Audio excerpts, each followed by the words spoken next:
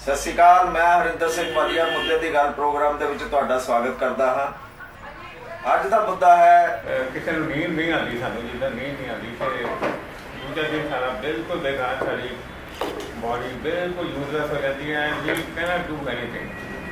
ਲੋਕਾਂ ਨੂੰ ਇਹ ਦੱਸੀ ਹੈ ਕਿ ਇਹਨਾਂ ਨੀਂਦ ਦੀ ਜਿਹੜੀਆਂ ਬਿਮਾਰੀਆਂ ਇਹ ਕਿਹੜੀ ਬਿਮਾਰੀਆਂ ਉਹ ਇਹਦਾ ਇਲਾਜ ਕੀ ਹੈ ਔਰ ਸਾਨੂੰ ਇਹਦੇ ਵਾਸਤੇ ਚੁਕੰਨੇ ਹੋ ਜਾਣਾ ਚਾਹੀਦਾ।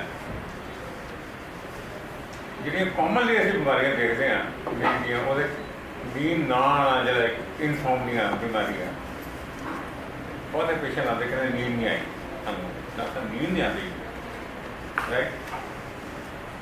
ਉਹਦੇ ਅੱਗੋਂ ਕਈ ਕਾਰਨ ਹੁੰਦੇ, ਡਿਪਰੈਸ਼ਨ ਹੈ, ਕੋਈ ਬਹੁਤ ਪ੍ਰੋਬਲਮ ਹੈ ਜਾਂ ਕੋਈ ਨਿਊਰੋਲੋਜੀਕਲ ਡਿਜ਼ੀਜ਼ ਹੈ, ਕੀ ਹੈ।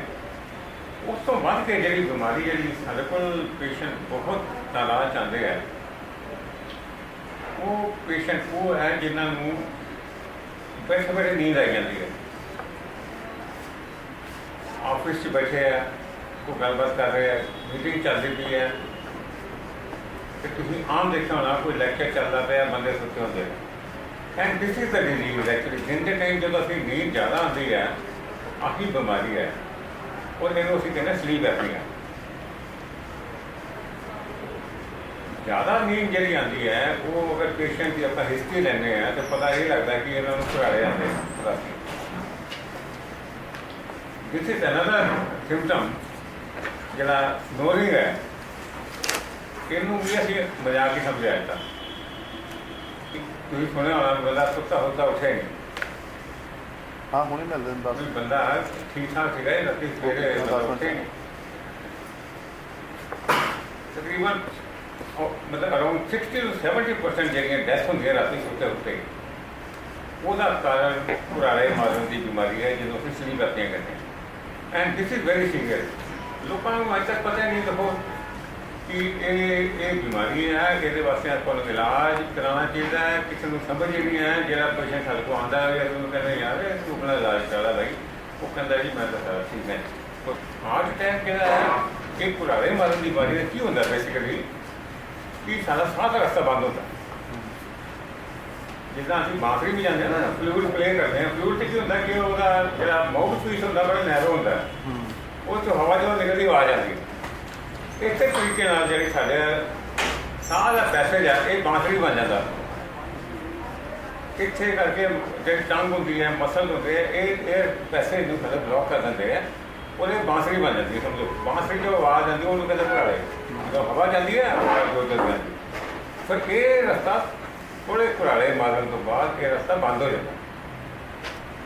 ਜਦੋਂ ਬੰਦ ਹੋ ਜਾਂਦਾ ਰਸਤਾ ਤੇ ਬੰਦੇ ਦਾ ਸਾਹ ਹੀ ਬੰਦ ਹੋ ਜਾਂਦਾ। ਔਰ ਇਹ ਪੇਸ਼ੈਂਟ ਨੂੰ ਅਸੀਂ ਇਹ ਬਿਮਾਰੀ ਨੂੰ ਕਹਿੰਦੇ ਸਲੀਪ ਐਪਨੀਆ। ਸਲੀਪ ਦਾ ਮਤਲਬ ਸੁੱਤੇ ਸੁੱਤੇ, ਐਪਨੀਆ ਦਾ ਮਤਲਬ ਸਾਹ ਦਾ ਰੁਕਣਾ। ਜਦੋਂ ਸਾਹ ਦਾ ਰਸਤਾ ਬੰਦ ਹੋ ਜਾਂਦਾ ਹੈ ਅਤੇ ਇਹ ਰਸਤਾ ਕਈ ਵਾਰ 1 ਮਿੰਟ ਤੱਕ ਵੀ ਬੰਦ ਹੋ ਸਕਦਾ ਹੈ, ਜਾਂ ਅਸੀਂ ਇਹ ਦੇਖਿਆ 60 ਸੈਕਿੰਡ ਤੋਂ ਵੀ 70-80 ਸੈਕਿੰਡ ਤੱਕ ਵੀ ਰਸਤਾ ਬੰਦ ਹੋ ਜਾਂਦਾ ਹੈ।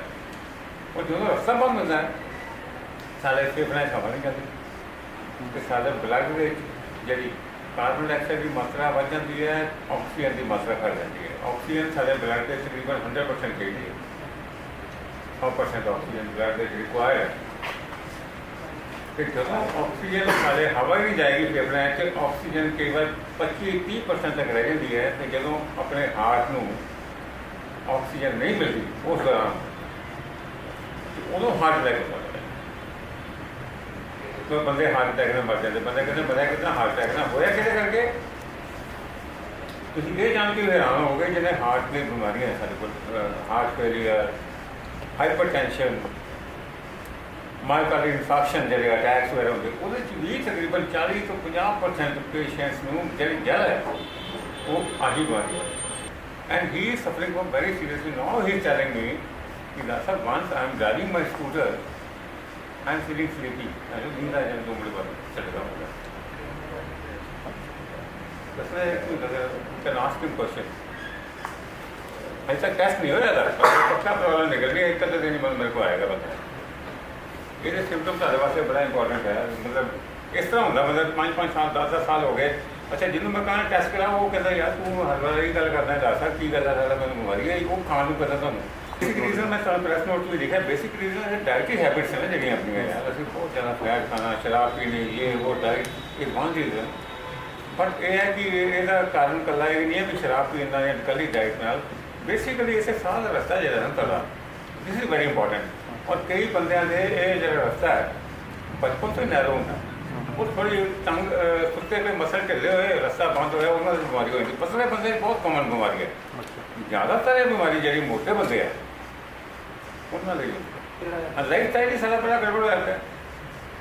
ਲਾਈਫ ਸਟਾਈਲ ਪੰਜਾਬ ਦੀ ਤਾਂ ਬਹੁਤ ਗੜਬੜ। ਹੁਣ ਇਹ ਵਾਲੀ ਜਿਹੜੀ ਬਿਮਾਰੀ ਹੈ, ਆਪਾਂ ਜਦੋਂ ਮਦਰਾਸ ਵਾਲੇ ਪਾਸੇ ਜਾਂਦੇ ਹਾਂ ਜਾਂ ਸਾਊਥ ਇੰਡੀਆ ਜਾਂਦੇ ਹਾਂ, ਉਸੇ ਘੱਟ ਉੱਥੇ ਬੰਦੇ ਬੜੇ ਐਕਟਿਵ ਹੈ ਯਾਰ, ਮਤਲਬ ਪਤਲੇ ਆ, ਕੋਈ ਜੋ ਤੇਲ ਘੱਟ ਖਾਂਦੇ, ਘਿਓ ਘੱਟ ਖਾਂਦੇ, ਡਾਈਟ ਵਗੈਰਾ ਦੇ ਸੋ ਮੈਨੀ ਰੀਜ਼ਨ ਜਿਹਦੇ ਕਰਕੇ। ਪਰ ਪੰਜਾਬ ਦੇ ਸਾਡੇ ਬਹੁਤ ਜ਼ਿਆਦਾ ਪ੍ਰੋਬਲਮ, ਔਰ ਯੰਗ ਬੰਦੇ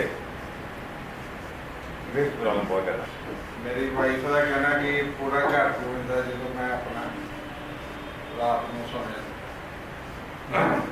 ਉਸ ਤੋਂ ਬਾਅਦ ਉਹਦੇ ਨਾਲ ਨਾਲ ਹੌਲੀ ਹੌਲੀ ਫਿਰ ਅੱਖਾਂ ਭਾਰੀਆਂ ਹੋਣੀਆਂ ਸ਼ੁਰੂ ਹੋ ਗਈਆਂ, ਨੀਂਦ ਆਉਣੀ ਸ਼ੁਰੂ ਹੋ ਗਈ। ਪਿਛਲੇ 3-4 ਸਾਲ ਤੋਂ ਮੈਂ ਲੌਂਗ ਰੋਡ ਤੇ ਕਾਰ ਚਲਾਉਂਦਾ, ਆਪਣਾ ਸੌ ਜਾਂਦਾ। ਲੋਕਲ ਕੋਈ ਪ੍ਰੋਬਲਮ ਨਹੀਂ।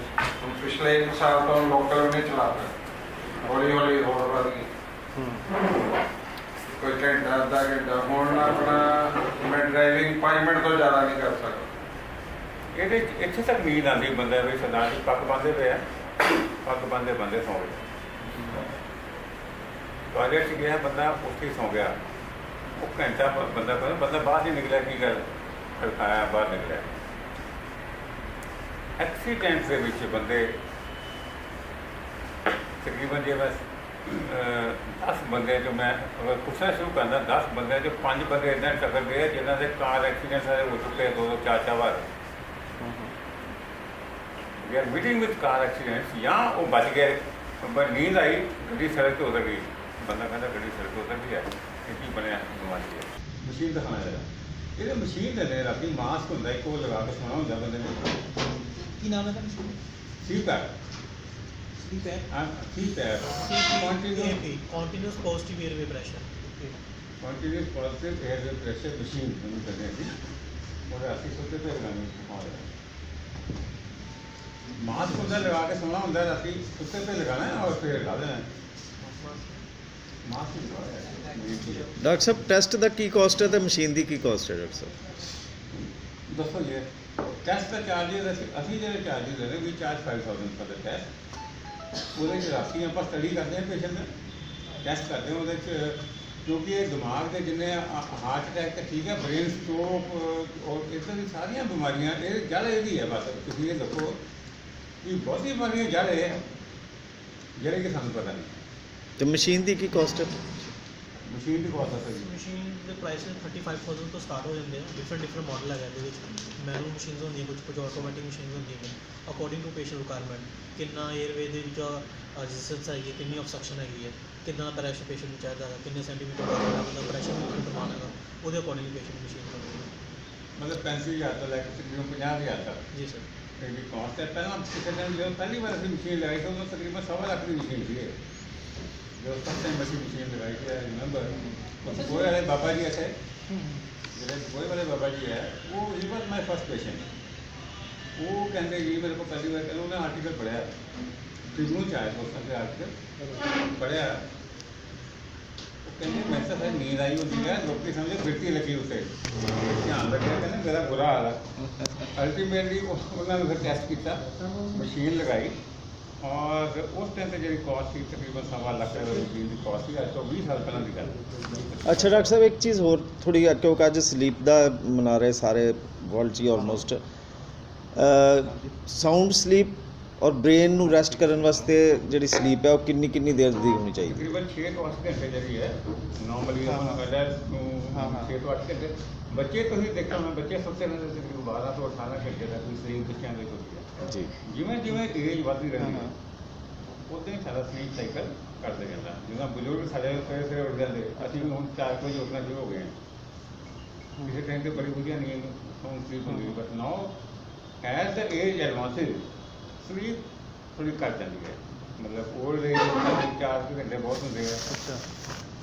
ਬੱਚਾ ਜਦੋਂ ਪੈਦਾ ਹੁੰਦਾ ਉਦੋਂ ਸੁੱਤਾ ਹੀ ਰਹਿੰਦਾ 18 ਘੰਟੇ 20 ਘੰਟੇ ਵੀ ਸੌਂਦੇ ਆ 18 ਘੰਟੇ ਇਤਨਾ ਹੀ ਹੌਲੀ ਹੌਲੀ ਜਦੋਂ ਏਜ ਐਡਵਾਂਸ ਹੁੰਦੀ ਹੈ ਉਹ ਬੰਦੇ ਹਮੇਸ਼ਾ ਅਸਰ ਕਰੇਗਾ।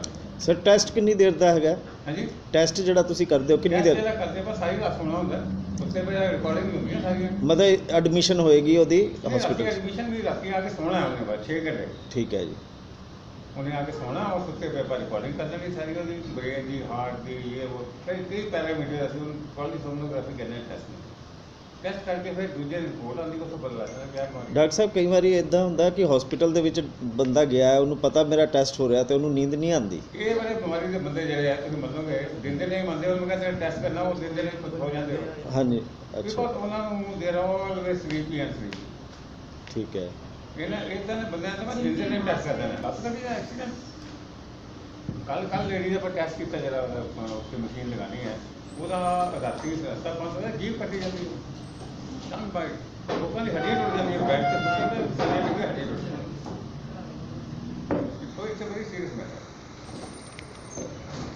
ਇਹ ਇੱਕ ਬਹੁਤ ਗੰਭੀਰਤਾ ਦਾ ਮੁੱਦਾ ਹੈ, ਵਿਚਾਰਨ ਦਾ ਮੁੱਦਾ ਹੈ ਔਰ ਇਸ ਨੂੰ ਠੱਲ ਪਾਉਣ ਦੀ ਜ਼ਰੂਰਤ ਹੈ, ਨਹੀਂ ਤਾਂ ਕਾਫੀ ਨੁਕਸਾਨ ਹੋਣ ਦਾ ਖਤਰਾ ਹੈ।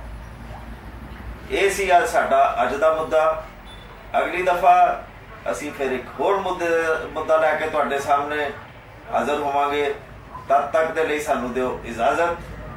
ਸ਼ੁਕਰੀਆ।